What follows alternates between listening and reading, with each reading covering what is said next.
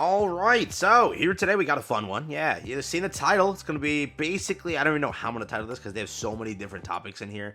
The devs released a 45-minute, almost more, dev talk video where they compiled every issue that you had about 2025 into one.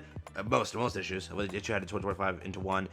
Their shortcomings, their, hey, we fell short, hey, we suck, hey, we'll do better here, hey, this is how we'll remedy this situation, and all of that stuff. Give a little bit of insight of their development process, and give a lot of insight on other stuff too. So this is a full video with some good confirmations, some not so good confirmations, and some, hey, we tried our best. So today, we'll jump into it, have some fun. Let me know what you think about this. Let's check it out together, and let's see if this is a W or an L. You let me know down below. Like and subscribe, it helps out a ton. This video took forever because there was so much info to compile, and I took like so many notes for this, so please leave me a like. Yeah, here we go. So first things first, this is the dev video. This dev video that you probably watched was about 15 minutes, and it was on the official dev stream. Now, they published a full version afterwards, which is 45 minutes long. The thing is, only 6,000 of you on the global side watched it. Nobody watched this damn thing. So me looking for answers. So first I looked in the comment section. Don't listen to the comments because 99% of them just bullcrapped. Because some of the comments I saw, or I'm not calling anybody out in the comment section. They were like this, they said this, and then I watched the thing when I originally watched them. Like I didn't get that in my notes, so I rewatched all the segments, and then I feel that people were just misinterpreting the words or adding their own twist on the words. But I read through it. I went to the JP side to see if they read through it. They didn't read through it. No one read through it. So this is my thing to it. If I got anything wrong, you can let me know. But for the most part, I watched this twice, and that's enough for me to watch this. I wrote my notes the first time. My notes the second time matched my first time. I said, okay, that's pretty much good. Let's get into it. So I wrote two versions of this, one with the longer in-depth notes, one with less moronic notes. So we'll go less moronic and then full moronic to give you like the full idea. Let's get through it. They broke this down into different segments. The first segment was future development plans. The second segment was talking about bosses and such, and characters and designs and such. The third one was talking more so on like, they called it service scenes, and we'll talk about that in a second. They then talked about collaborations, resources, allocation. They talked about mini games. They talked about like future plans and what their goal for 2026 is. They also talked about, I wrote this down. Let me see. They talked about, hey, we know that there are issues with characters and all that stuff. We'll talk about that also being not designs, no, animations, and again, the ability for our game to be like 50 gigs and 60 gigs, and we might even push higher, how we're trying to remedy those things, and also trying to get the game to run better for most devices, because we can see that we're falling short on that front too. That's the sort of categories. For the first category, they talked about future development plans. Their first goal above anything is to hire more, okay? They first off, on the JP side, they've already started requesting and trying to find out of office additional workers, helpers, talent. They want to get more designers to the team to help remedy the issues that are being there because the art team is just swamped. Whether it becomes boss designing, whether it becomes Nikke designing, whether it becomes artwork, whether it becomes stuff like that, they're swamped. And they say that's one of the main issues that leads into a trickle-down effect, where it's like, hey, because we're messing this up, we also probably are messing up maybe some fan service, maybe some so-and-so, maybe some character designs, and they also lead into a point there, which I'll get to in a second, about facial issues, which you'll understand that in 2 seconds. But their first thing is to get more people to the team, and especially in the art category. Next, they're going to get a QM group. That is called a quality management group, or a polishing group, which was translated later on.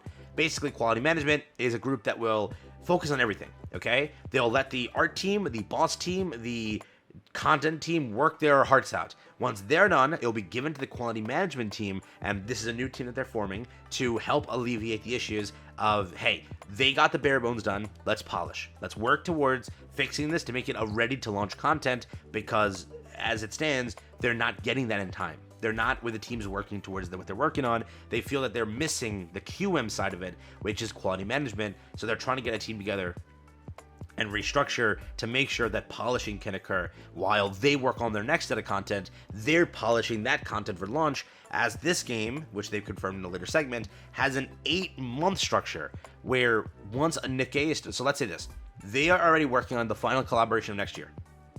Put that in perspective, because their structure apparently from this interview, let's say summer, they're working on summer right now, because it takes 8 months for them to plan the character. It takes 8 months for them to structure the character, develop the character, work the character kit, work all that stuff associated, and take it a step further, work on bossing, work on themed updates, structures, all of that stuff. It's an 8-month dev process. But we've heard this before when they had those contracts. They told us, hey, we're sorry, we already had EVA 2. We know you hated EVA 1. It didn't perform well for us. We already have EVA 2 because this was already planned well in advance. It was already planned. Remember, technically speaking, this is 8 months. They said a year over there. It's about same. Nothing's changed, right? 8 months is where their process is to dev everything, and they just need an it's from that point, 8 months later, it's going to release, right? So that's what they confirmed here, and the QM side of it, quality management, will support in taking care of those things and alleviating the risks of launching a garbage content or a garbage piece of whatever. That's their goal there, okay? They then also say they're going to adjust the boss quality and reduce resources. They know that when it comes to bossing and such like that, you think it's a 2D game, but technically it's 3D because of the layers and everything associated to it. The quality, the pixels, all that stuff is more in-depth aspects to it. They're trying to alleviate that by somehow lowering the required resources. So first your file size of the game goes down, and also the loading times and it functioning more on devices that it should function on. That's their goal also, and that is a plan in the future that they want to take care of. They then talk, and they then like transition into like character designs. Let me make this clear. They did not name drop Rouge. They made sure to name drop 2 other characters though. So again, they had the ability to name drop that. That is a valid concern. Players wanted to talk about this, and it was popular. It was both the global and KR side not happy with it, but they dodged it. Again, not saying it's bad for Nikke, not saying anything. I'm telling you a fact. Don't get mad at me. I'm just the messenger.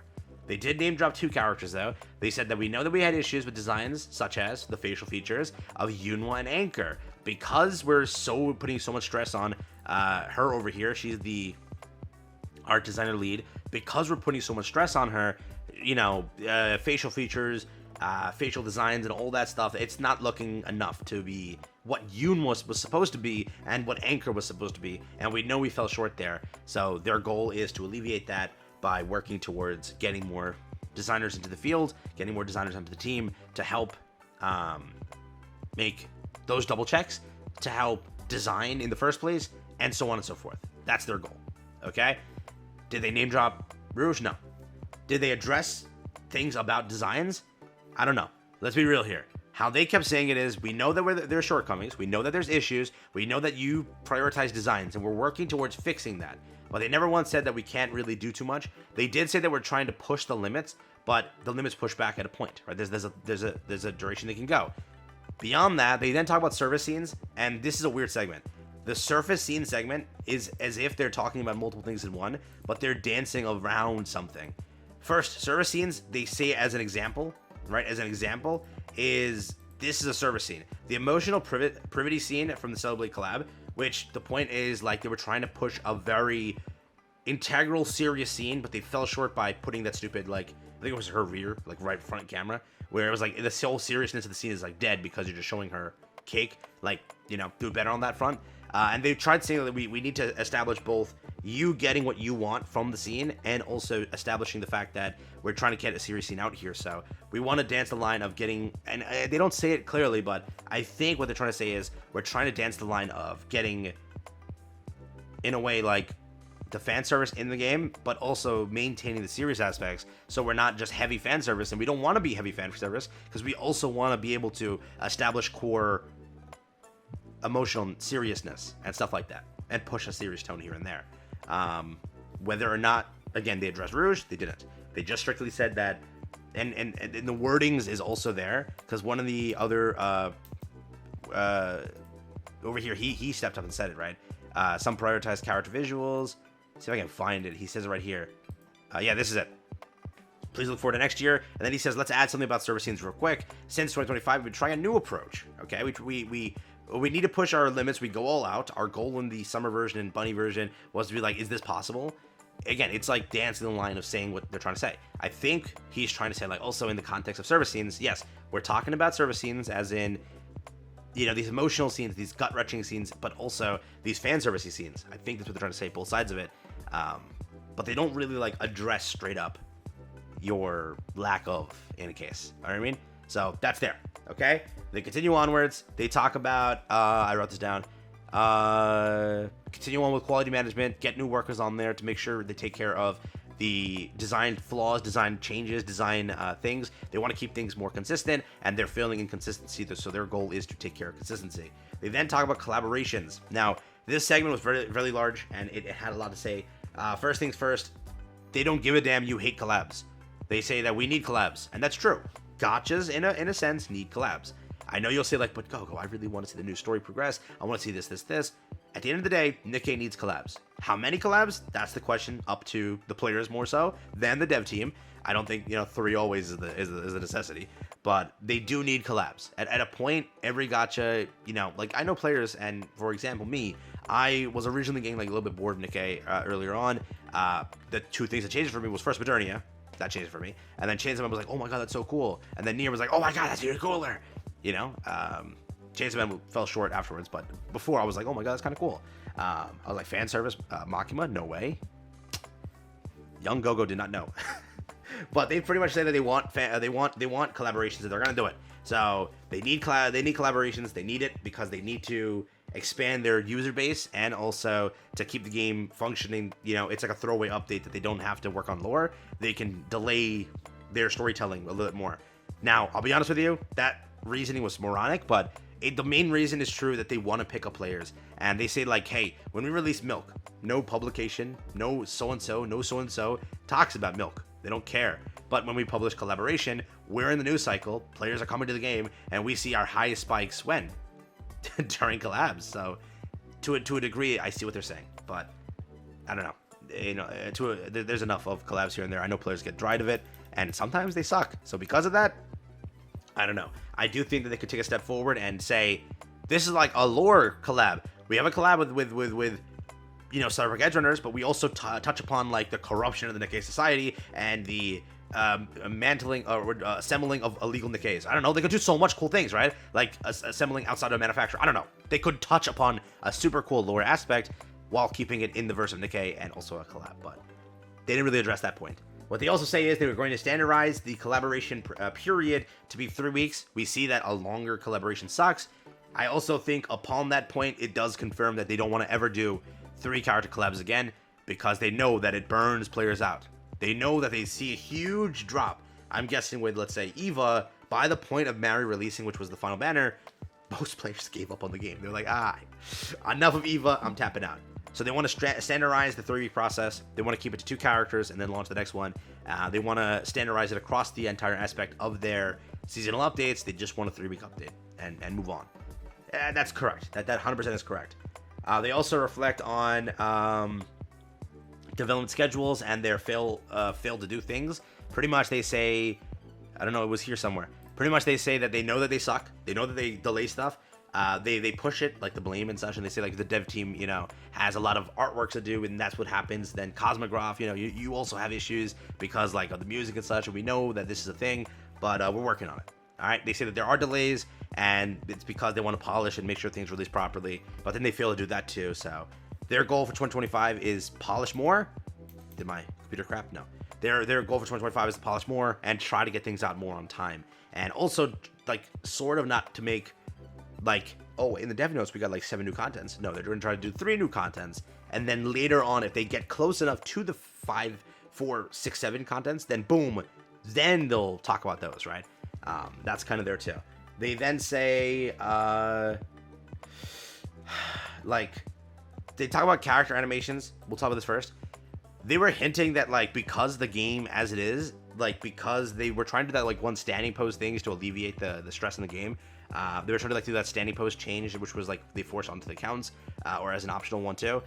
They were trying to, like, lower the resource usage. They were trying to, like, think about working on multiple character animations, and also, like, they were hinting towards this in a dev interview outside of this video too. They were trying to say, like, they were making multiple character skill cutscenes. And outside of this, they were trying to say, like, if a Nikke is a B1, B2, B3 Nikke, if they can burst in multiple categories, if they can burst in B1, B3, or if they can burst at a different status and buff in a different status, if you choose that, like, depends on the Nikke itself and the design they want to go for. They wanted to make a different cutscene for that. So, like, if it's Red Hood's cutscene and she bursts in whatever category, it's actually a different cutscene that plays for a category. It was kind of a cool concept, but they never got around to doing it because they say that, simply put, their goal right now is to refine everything they have problems with, refine all the character cutscenes, the character animations and stuff like that, which will lower the resources, allowing them to be more out there with ideas and more and actually have the ability to implement those ideas, via this concept. It was kind of cool. I actually really liked seeing this segment, and it's sick. So the potential is there. And yeah, they then talk about mini games, and they say that moving forward they're just done, and they're never doing this again, most likely. They know that the second anniversary Cinderella update, they put so much dev power into that mini game, and they saw the worst return from that. And this was also talked about, and I talked to you about this, right? Players didn't like it, and they had like such a bad completion rate of that mini game. And yes, there were issues, no doubt, but they said that like, we're never doing that again. We're trying to keep now our mini games super light and tight, trying not to make like a full-fledged game in a game. They're trying to make a mini game actually a mini game, correct? So I think we saw that this year especially. They were super, like, again, light and tight games. They were still great. They were still fun, no doubt, but just not a full-fledged, massive freaking MMORPG in a game.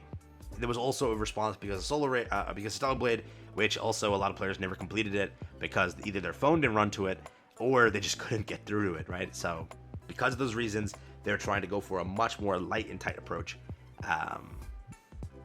right when it comes to it. So that's there. Beyond that, they just said, hey, we play a 2D game, not a 3D one. Please be aware of that. So it does take a lot of resources and such, but we're trying to lower app size and things like that associated. Management of memory load is there. They're trying to take care of that too. They're resolving memory issues more and more, fixing crashes and stuff like that.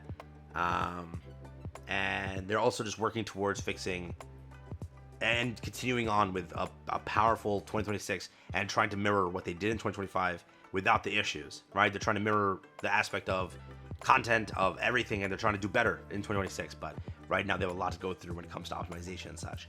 And then they just say thank you, and that's pretty much it. So at least I summed it up quickly. It's 18 minutes. I did my best, bro. There was so much they said, and I was trying to also like give outside of this dev interview topic. So sorry if I took too long for that, but I tried my best here.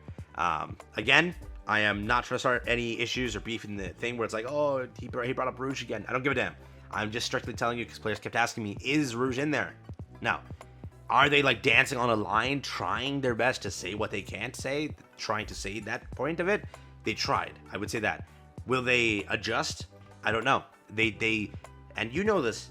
There's a line they can't cross. There's a line they push towards, but there is too far that they can go. I think that they could have at least stated like, hey, we don't, want to.